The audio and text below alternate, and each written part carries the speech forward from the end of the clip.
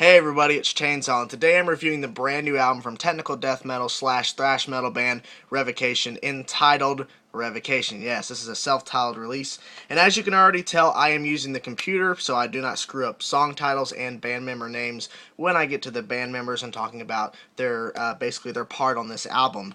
Let's get into this self-titled release, Revocation.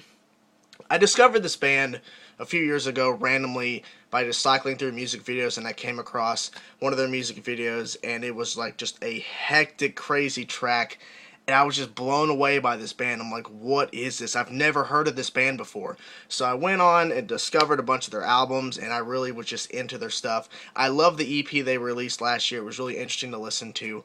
And when I heard that they were coming up with a new album and they were going to self-title it their band name, I was like, a new Revocation album? Yes! And it is finally here upon us, and I have to say, this album is just packed with riffs, and packed with riffs, and packed with riffs. Do you understand what I'm trying to say? This album is just packed with just a huge variety of guitar work from this band, and I think in Revocation's thing that the guitar work is basically the main point of this band. They play technical death metal, they play thrash metal, and so the guitar work has to be intense in order to basically use both those genres of metal and use them correctly, or use them in a way that they don't clash against each other and it doesn't sound right. But on this album, I have to say that this album showcases the intensity and the insane part of Revocation, and the more of the melodic slash pulled back Revocation, because I felt like this album was just basically about 85-90% intense, in your face, giving you punches left and right, just hitting you with all these insane, very aggressive riffs. But then there's that 15 to 10% of the album where it's more pulled back. There's some solos, guitar solos, that are very melodic and they're basically not too shreddy, but then the other percent of the solos are just intense and they're just basically saying, listen to this guitar solo, and you're just like, and you have to keep repeating it because it's so insane. You're like, I didn't hear everything of that. I got to listen to it again and again.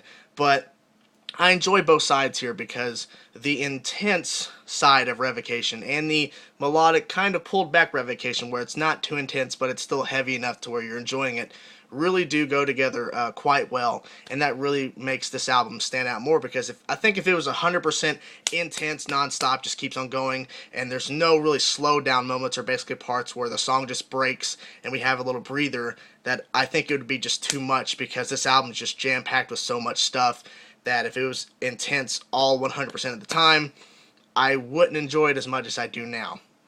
Let's go off into some of the tracks that really stood out. The Hive, that track opening this album, that really sets you up for the rest of this album, in the sense of that the intense factor. The intense factor of the Hive really sets you up for what you're going to be expecting most of this album all the way through. And so I really enjoyed that was the opening track, because it really does set the tone for what this album is going to be delivering, which is, we are Revocation, we are here, get ready for the rest of this album, because you will just be like, just mind blown. Your mind will be just blown away.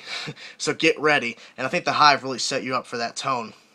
Scattering the Flock, which is the second track right after the Hive, that had a kind of a different feel. The opening riff on that was just pretty much a different like style of the first track, and it really set you up for a different tone for that track. And that really goes to say about all of this album, because I feel like on this album especially that there is not one track that I can say that sounds like another track. Each track on this album has its own elements that makes it unique, and it has its own styles of riffs, or just the way that they put the song together, the songwriting to put basically the structure of the songs.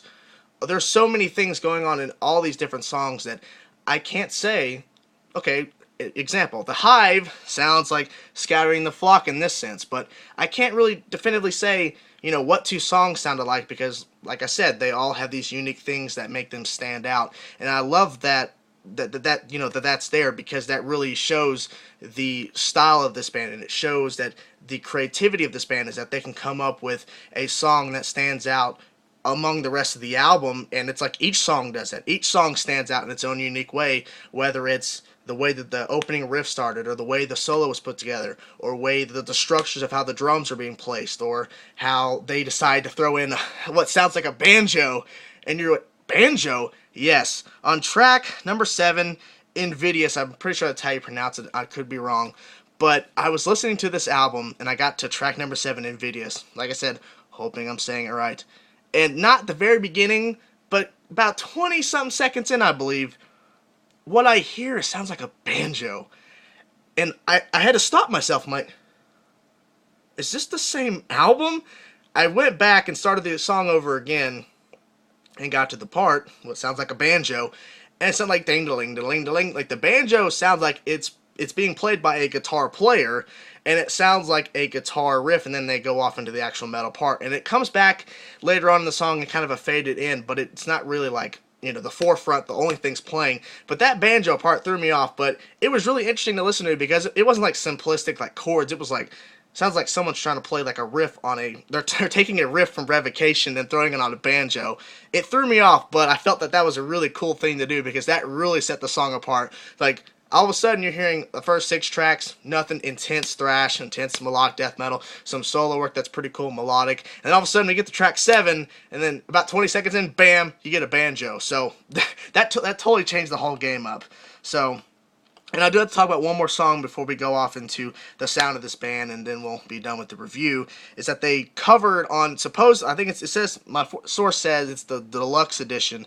They covered Dyers Eve by Metallica, which is, we all know, if you're a Metallica fan, that is probably the most intense song they've ever written, at least for drumming, because basically all the verses and basically the whole entire song is double bass, really fast, non-stop. And I felt like the band did an amazing job on Dyers Eve, the cover. It was really awesome to listen to their interpretation of it and just the way they play it, and it really sounded like a modern version of Dyers Eve with this band, and I think they did a really good job, so props to them for taking on a pretty intense track, because I don't see a lot of bands covering that song, so it was really cool to hear a Metallica cover that's kind of uncommon to hear from bands. Usually it's one or something like that, but Dyers Eve, good job, guys. Really good.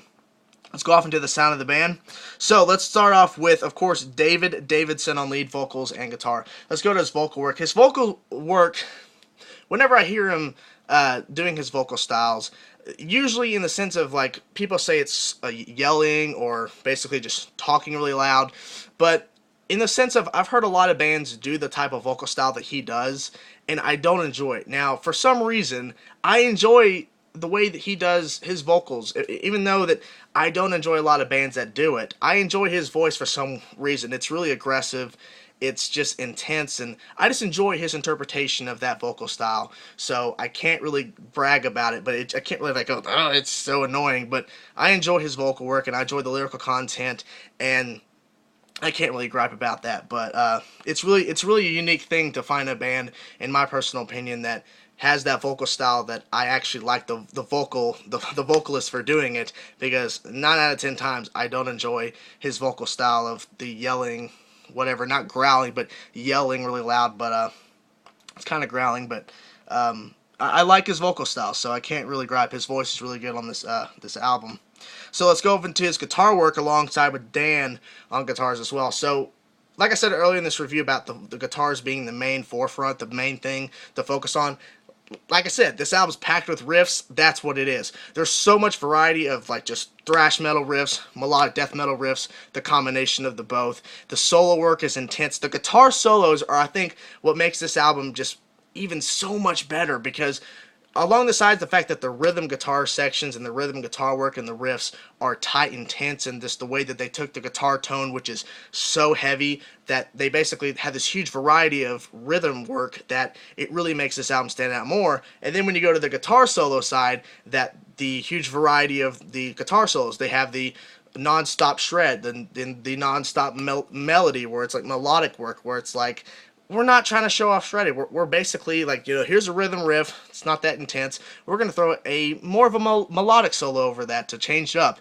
and it works. So I like that there's that variety of rhythm and guitar solo work, and it makes this album so much better that there's that huge variety there, because if it was the same old non-stop fast as you can write riffs and non-stop shreddy guitar solos, I would not enjoy this album as much as I do. But the fact that they have the variety of both worlds of non-stop, just fastest rhythms and slowed down rhythms, and non-stop shred and melodic, and the mixture of the both, those mixtures and those variety really makes his album stand out more than it would have if it didn't have none of that in there. So big props to the band. That was really awesome to hear the differences there.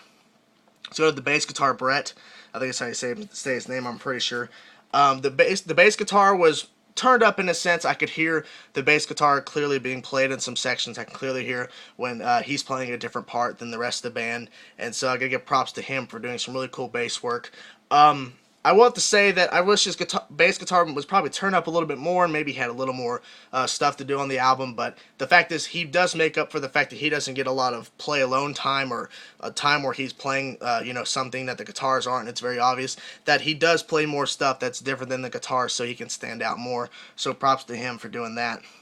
We'll finish off with Phil on drums. I've always been impressed by the drummer, and once again, he's impressing me once again on Revocation, the self-titled. His drum work is insane. He goes from blast beating to double bassing nonstop to doing a bunch of crazy drum fills that are like, I did not expect that kind of drum fill, and he does it.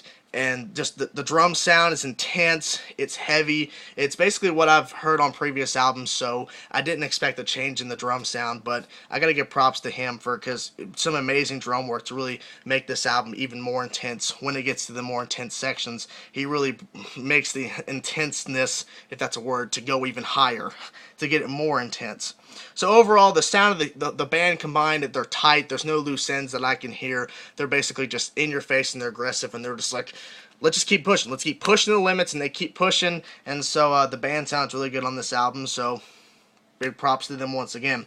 So that's my review, guys. I have to say that this album really blew me away musically, and just the way that all the songs were put together, and just the song choices they picked, and the names, and the Dyers Eve cover really just put that cherry on top if you want to go that route. But I enjoyed this album. It was an amazing adventure, and I cannot wait until the next release, and so I'm excited. Revocation, you guys have blown me away once again with another fantastic album. Give this album a 9 out of 10. It really blew me away, and like I said, can't wait for the next one. So that's the review, guys. Hey, if you like the video, like the video. And if you like me and you want to see more, click my name or click on my channel to see more content. Thank you guys for watching. See ya.